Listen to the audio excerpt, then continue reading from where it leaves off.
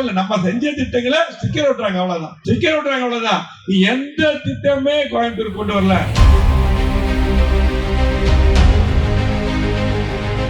எல்லாத்துக்கும் ஈக்குவல். என்னென்ன ஆண்களுக்கு இருக்கு அதெல்லாம் பெண்களுக்கு இருக்க வேண்டும் என்று சொன்னவர் புரட்சித் தலைவி அம்மா.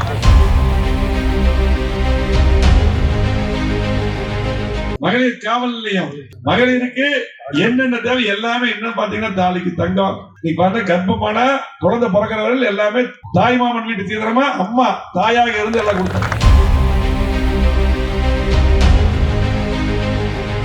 திருச்சி ரோடு 2 கிலோமீட்டர் பாலம், மேட்டுப்பாளையத்துல 5 பாலம், பொள்ளாச்சி ரோட்ல 5 பாலம், எல்லா பாலங்கள். இன்னொன்னு அறிவிச்சு நிக்கிறது, லாரி ரோடு பாலம் நிக்குது, சிக்னல் பாலம் நிக்குது. நம்ம அறிவிச்சோம், திமுக வந்து ஒண்ணுமே பண்ணல.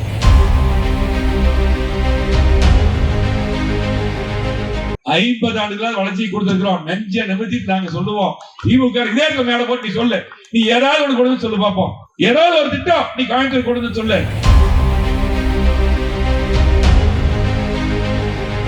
நீங்க 3 மாசம் நீங்க தேர்தலுக்கு முன்னாடியே 3 மாசம் 3000 போட்டீங்க. 28 மாசமா கொடுக்கல. 28,000 ஏன் போடல ஒவ்வொரு அக்கௌண்ட்டுக்கும்?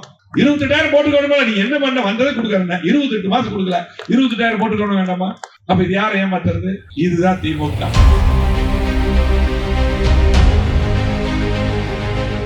21ல நீங்க எல்லா பொருள் பாத்தீங்கன்னா, அரிசி எவ்வளவு வாங்குனீங்க, எண்ணெய் எவ்வளவு வாங்குனீங்க, பருப்பு எவ்வளவு வாங்குனீங்க, சர்க்கரை எவ்வளவு வாங்குனீங்க, எல்லாம் கணக்கு போடுங்க.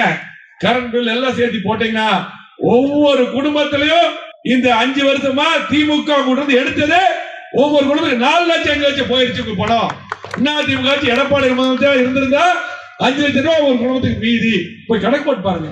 நான் விளையாட்டுக்கு பேசல.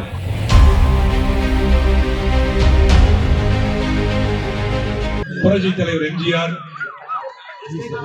புரட்சி தலைவி அம்மா, கழகத்தினுடைய பொதுச் செயலாளர், முன்னாள் முதலமைச்சர், எதிர்கட்சி தலைவர், 2026 புனித ஜெயின் சாக்கோட்டையில முதலமைச்சராக பொறுப்பேற்கக்கூடிய எடப்பாடியாருடைய ஆணையின்படி அவருடைய பிறந்தநாளை முன்னிட்டு 3 தலைவருடைய பிறந்தநாளை முன்னிட்டு மாபெரும், அதே போல மகளிர் தினத்தை முன்னிட்டு ஒரு மாபெரும் நலத்திட்டங்கள் வழங்கும் தலைமை பொறுப்பேற்கக்கூடிய கழக இளைஞர்களுடைய இணை செயலாளரும், எந்த வேலை கொடுத்தாலும் அதை சுறுசுறுப்பாக செய்து முடிக்கக்கூடிய அருமை தம்பி, இந்த பகுதியிலே நான் அமைச்சராக இருக்கும்போது அதிகமான திட்டங்களை பெற்று சிறப்பான முறையில் பணியாற்றிய அருமை தம்பியும், அதே போல இந்த பகுதியிலே கவுன்சிலராக இருந்து உடைய துணைவியார் அவர்கள் சிறப்பான முறையில் மக்கள் பணியாற்றிய அருமை தம்பி என்ஜினியர் சந்திரசேகர் அவர்கள், அதே போல இந்த நிகழ்ச்சி மட்டுமல்ல, எந்த நிகழ்ச்சியா இருந்தாலும் சிறப்பான முறையில் எழுச்சியான முறையில் மாவட்டத்தில் நடத்தி கொண்டிருக்கூடிய மாவட்ட கல்வித்துறை செயலாளரும், இந்த தொகுதியுடைய சட்டமன்ற உறுப்பினரும், இந்த தொகுதியிலே பல்வேறு திட்டங்கள் கொண்டு வந்து சிறப்பான முறையில் பணியாற்றி, தெற்கு தொகுதியிலும் வடக்கு தொகுதியிலும் சிறப்பான முறையில் பணியாற்றி, இன்றைக்கும் சட்டமன்றத்திலே பல்வேறு திட்டங்கள் வர மக்களுக்காக உறுதுணையாக இருக்கக்கூடிய அருமை சகோதரர் அம்மன் கே அர்ஜுன் அவர்களே, செங்கல்நல்லூர் தொகுதியில சிறப்பான முறையில ஒரு சட்டமன்ற உறுப்பினர் எப்படி இருக்க வேண்டும் என்று எடுத்துக்காட்டாக அந்த தொகுதி மக்களுக்காக சுழன்று பணியாற்றி கொண்டிருக்கூடிய அருமை சகோதரர் நம்முடைய கழக அம்மா பேரவை இணை செயலாளரும் சட்டமன்ற உறுப்பினருமான அருமை சகோதரர் நம்முடைய கே ஆர் ஜெயராம் அவர்கள், எனக்கு முன்னால் சுருக்கமாகவும் அற்புதமாகவும் நமக்கெல்லாம் நன்கு புரிகின்ற வகையில் நம்முடைய சகோதரர்கள் தாய்மார்களுக்கெல்லாம் நல்ல கருத்துக்களை எடுத்துரைத்த அருமை தம்பி நம்முடைய நாடாளுமன்றத்துடைய வேட்பாளராக போட்டியிட்ட அருமை தம்பி நம்முடைய கழக மாணவனுடைய அருமை சிங்கை ராமச்சந்திரன் அவர்கள், இந்த நிகழ்ச்சியில் கலந்து கொண்டிருக்கூடிய மாநில வழக்கறிஞர் பிரிவுடைய பொறுப்பாளர் அருமையண்ணன் வக்கீல் மனோகரன் அவர்களே, கழக இணை செயலாளர் முன்னாள் துணை மேயர் லீலாவதி உண்ணி அவர்களே, துணை செயலாளர் அருமையண்ணன் பீளமேடு துரையன் அவர்களே, பொருளாளர் உங்களுடைய மண்ணின் மைந்தரும் இந்த பகுதியிலெல்லாம் சேர்மனாக இருந்து நான் அமைச்சராக இருக்கின்ற பொழுது சிறப்பான முறையில் பணியாற்றிய அறிஞர் பார்த்திபன் அவர்களை, பொதுக்குழு உறுப்பினர்கள் கே மனோகர் அவர்களை, முன்னாள் கூட்டுறவு வங்கியுடைய தலைவர் பொன்சேகர் பொன்னுசாமி அவர்களை, மாநில நிர்வாகிகள் பொன் ராஜேந்திரன் அவர்களை, சார்பணி மாவட்ட செயலாளர்கள் ராதா அவர்களை, நம்முடைய அதிமுக எதிர்கட்சியுடைய மாநகராட்சி தலைவர் பேரவை மாவட்ட செயலாளரும் அம்மா பிறந்தநாளில் சிறப்பான முறையில் நலத்திட்டங்கள்லாம் வைத்து தொடர்ந்து வைத்துக் கொண்டிருக்கிற அருமை சகோதரர் நம்முடைய பிரபாகர் அவர்களை, நம்முடைய மகளிர் அணி குணசுந்தரி அவர்களை, அருமை பம்பையா ராஜேஷ் அவர்களை, மாணவனி மணிகண்டன் அவர்களை, ஐடி சக்திவேல் அவர்களை, சிறுபான்மை பிரிவு அமீத் அவர்களை, விவசாய பிரிவு கனகராஜ் அவர்களை, வழக்கறிஞர் பிரிவு சந்திரசேகர் அவர்களை, கலை பிரிவு குத்புதீன் அவர்களை, நம்முடைய பகுதி செயலாளர்கள், இந்த பகுதி செயலாளரும் இந்த நிகழ்ச்சியை முன்னிலை பொறுப்பேற்று நடத்தி கொண்டிருக்கூடிய அருமை சகோதரர் கிருஷ்ணசாமி அவர்களை, பகுதி செயலாளர்கள் வடவள்ளி ராயப்பன் அவர்களை, சீர்நாயக்கமலையம் அண்ணன் நடராஜ் அவர்களை, இங்கு இருக்கக்கூடிய மேடையிலே இந்த அரங்கில் இருக்கக்கூடிய பெரியவர்களே, தாய்மார்களே, சகோதர சகோதரிகளே, குறிப்பாக அனைவருக்கும் மகளிர் தின வாழ்த்துக்களை தெரிவித்துக் பாத்தீங்கன்னா வரும்போது யாரையுமே பார்க்க முடியல, அந்த அளவுக்கு பூவை வீசி வீசி எல்லாருமே மிக பிரம்மாண்டமான முறையில் வரவேற்பு கொடுத்த நம்முடைய அருமை சகோதரிகளுக்கும் தாய்மார்களுக்கும் தங்கச்சிமார்களுக்கும் அக்காமார்களுக்கும் முதலில் நன்றிகள் அந்த வணக்கத்தை உரித்தாக்கி இந்த மகளிர் தினத்தில் புரட்சி தலைவி அம்மா அவர்கள் அதிகமான திட்டங்களை மகளிர் கொடுத்தார்கள். அந்த அடிப்படையிலே இன்றைக்கும் மகளிர் தலைமைந்து வாழ்ந்து கொண்டிருக்காங்கன்னா அம்மா தான் காரணம். எல்லாத்துக்கும் ஈக்குவல், என்னென்ன ஆண்களுக்கு இருக்கு அதெல்லாம் பெண்களுக்கு இருக்க வேண்டும் என்று சொன்னவர் புரட்சி தலைவி அம்மா. மகளிர் கமாண்டா படை, மகளிர் காவல் நிலையம், மகளிருக்கு என்னென்ன தேவை எல்லாமே. இன்னும் பாத்தீங்கன்னா தாலிக்கு தங்கம், நீங்க பாருங்க கர்ப்பமான குழந்தை பிறக்கிறவர்கள் எல்லாமே தாய்மாமன் வீட்டு சீதனமா அம்மா தாயாக இருந்து எல்லாம் கொடுத்தாங்க. அம்மா வந்து 2000 மீண்டும் முதலமைச்சராக வரும் பொழுது கொடுத்த 3 பொருள் தாய்மார்களுக்கு தான். மிக்சி, ஃபேன், கிரைண்டர் இல்லையா, இப்படி பார்த்து பார்த்து கொடுத்தாங்க. அந்த மிக்சி, ஃபேன், கிரைண்டர் கொடுக்கும் போது அம்மனுக்கு தம்பிக்கு தெரியும், நான் தான் அமைச்சர் சிறப்பு திட்டம் அப்ப சிறப்பு திட்டத்தில் மடிக்கணினியும் மிக்சி, ஃபேன், கிரைண்டரும் பாத்தீங்கன்னா அங்க போறோம் அம்மா வீட்டுக்கு எல்லாம் சாம்பிள் காமிக்க போனோம். போயிட்டு எல்லாம் காமிச்சிட்டு அம்மா வந்து கிட்டத்தட்ட நாங்கள் ஹோட்டல்லேருந்து போய் நாங்கள் எங்கள் செக்ரட்டரி எல்லாம் போய் காமிச்சிட்டு வச்சுட்டு வந்துட்டோம். அம்மா சரி நைட் பார்த்துருவாங்க. பார்த்து அடுத்த நாள் கூப்பிட்டு அம்மா சொன்னாங்க ஃபேன் ஓகே, கிரைண்டர் ஓகே, இந்த மிக்சிக்கு வந்து நாங்கள் வந்து அந்த ஒரு ஜார் மேலே வச்சு ஒரு ஜார் எடுத்துகிட்டு போனோம். இதெல்லாம் இது வந்து கம்மியாக அரிசி போட்டு அரைச்சி மாவு அரைச்சி எல்லாம் பண்ணிக்கலாம். இதுக்கு இன்னொரு ஜார் வேணுமா, சட்னி அரைக்கிற அந்த ஜார் எங்கன்னு கேட்டாங்க. அப்படி நோட்டு அப்புறம் பாத்தீங்கன்னா எங்களுக்கு பார்த்து புரியல. அதுக்கப்புறம் அந்த இன்னொரு ஜார் வாங்கி பாத்தீங்கன்னா 2 ஜார் வருது. இன்னொரு ஜார் வேணும்னு சொல்லி போட்டு வாங்கி கொடுத்தாங்க. அம்மா கொண்டு வந்து சேர்த்துட்டு அதை கொடுத்தோம். ஆகவே இப்படி பாத்தீங்கன்னா தாய்மார்களுடைய கஷ்டத்தை பார்த்து பார்த்து செய்த தலைவி புரட்சி அம்மா அவர்கள். தாலிக்கு தங்கம் திமுக நிறுத்திட்டாங்க, மடிக்கணி நிறுத்திட்டாங்க, தேர்தலுக்காக கொடுக்குறாங்க. ஆகவே அம்மா பரிசு பட்டாங்க நிறுத்திட்டாங்க. அம்மா உணவகம் அப்படியே முடக்கிற மாதிரி அப்படி முடக்கிட்டே இருக்கிறாங்க. ஆகவே இன்றைக்கு அம்மா திட்டங்கள் மட்டுமல்ல, மக்களுக்கு எந்த திட்டமே தெரியல.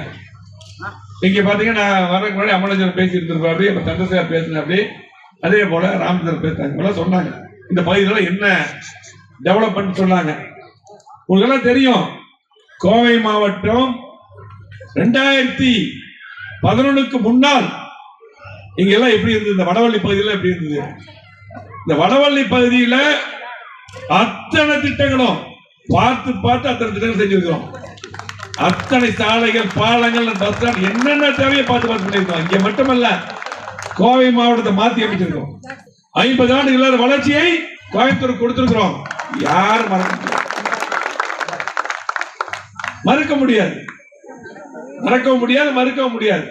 கோயம்புத்தூர் பாத்தீங்கன்னா 2014 எல்லா சாலை, முக்கியமான சாலைகள்லாம் வந்து எப்படி இருந்ததுன்னா குறுகலா இருந்தது, விபத்துகள் அதிகமாயிட்டு. இன்னைக்கு பாத்தீங்கன்னா முக்கியமான சாலைகள்னா பாத்தீங்கன்னா இந்த ரோடு அதே போல அடுத்து பாத்தீங்கன்னா Siruvani road, Thondamuthur road, Palakkad main road, Sathy road, Avinashi road, Trichy road, Mettupalayam road, இதெல்லாம் தான் முக்கியமான ரோடு. அந்த ரோடெல்லாம் அதுக்கு முன்னாடி எப்படி இருந்தது பழைய ஆளுக்கெல்லாம் தெரியும். 11க்கு முன்னால் எப்படி இருந்தது?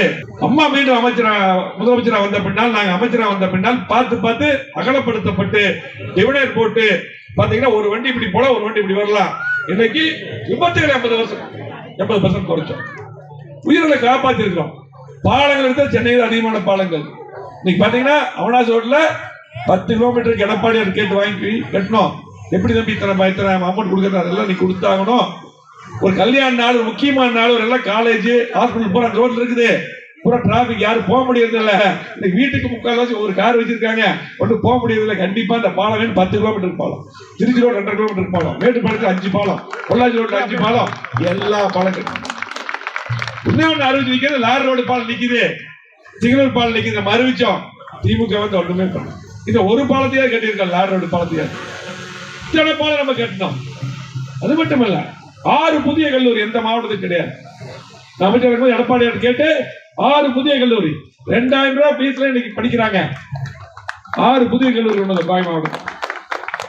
அதே போல 6 தாலுகா கொண்டு வந்தோம். இன்னைக்கு பாத்தீங்கன்னா அந்த பக்கம் கடைசி அன்னூர். அதே போல இப்படி எடுத்துட்டா பாத்தீங்கன்னா மதுக்கரை, ஆனமலை வரை தாலுக்கா, தொண்டாமுத்தூர் எல்லா பக்கம் தாலுக்கா, மதுக்கரை, கிணத்துக்கிறது எல்லாம் 6 புதிய தாலுக்கா. எல்லாமே பாத்தீங்கன்னா எங்க போயிட்டு இருந்தோம்? கேஜிஆர் போயிட்டு இருந்தோம். என்னென்ன தேவையை கொண்டு அரசு மருத்துவமனை, பிரைவேட் ஹாஸ்பிட்டல் பண்ணிருக்கோம். இறுதி அறுவை சிகிச்சை நடக்குது, சிறுநீர் மாற்று அறுவை சிகிச்சை நடக்குது. சென்னை போயிட்டு இருந்தாங்க. 25 கோடி கேன்சர் மிஷின் வாங்கி கொடுத்தோம்.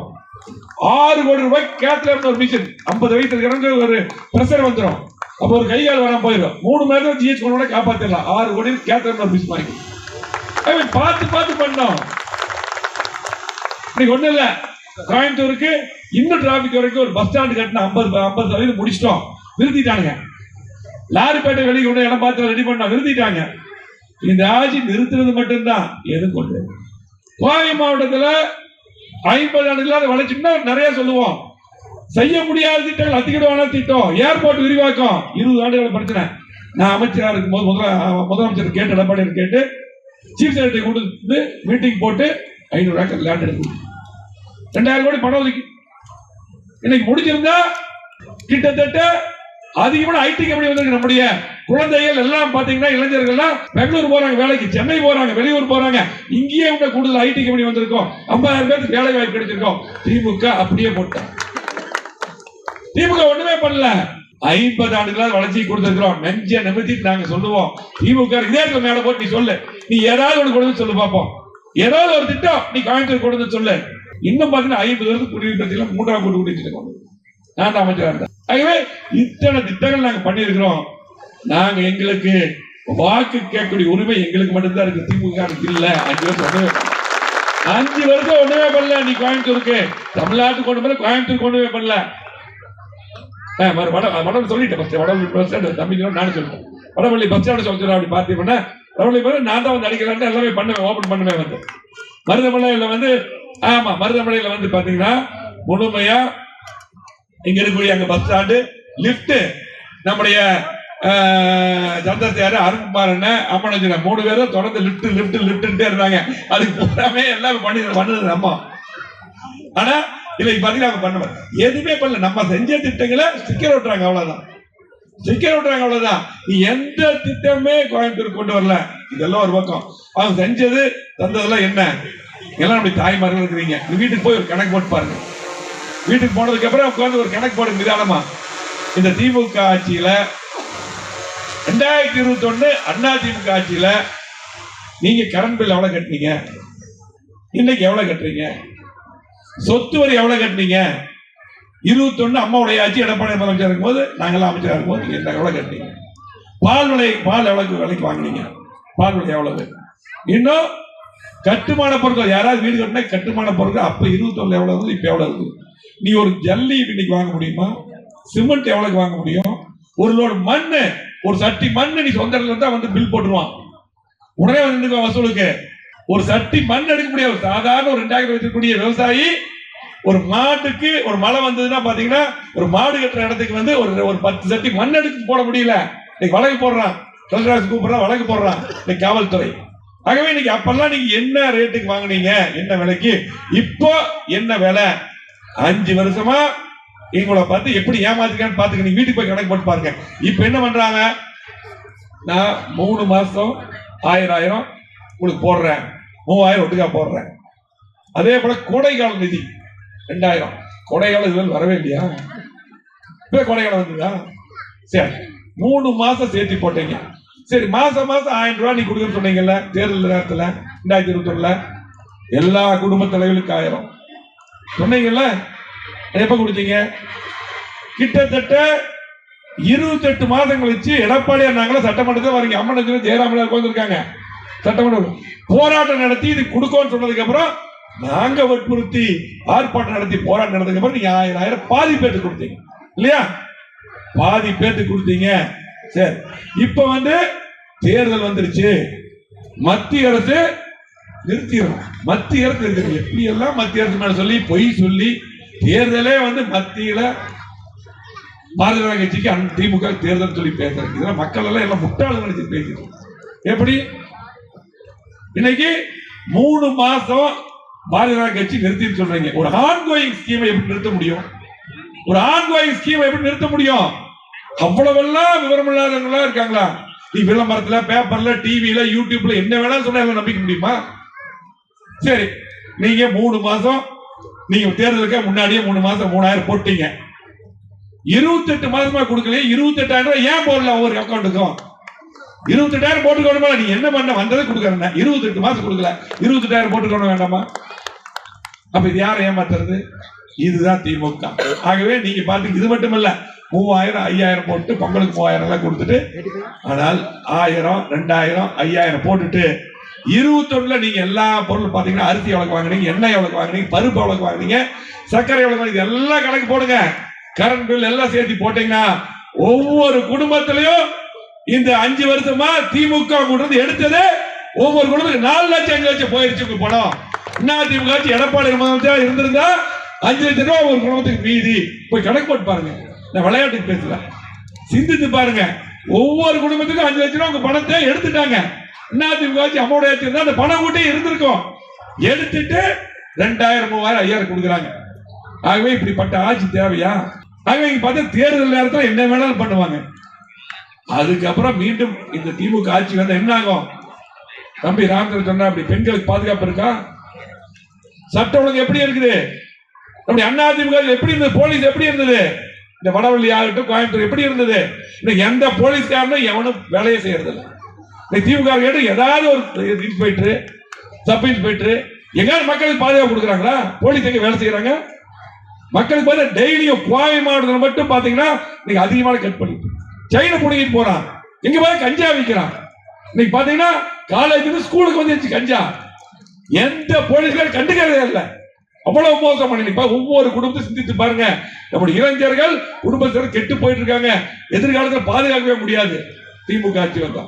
ஆகவே சிந்தித்து பார்க்கணும். இன்னைக்கு எல்லா டிராமா பண்ணுவான் திமுக. 5 வருஷமா ஒன்றும் பண்ணல.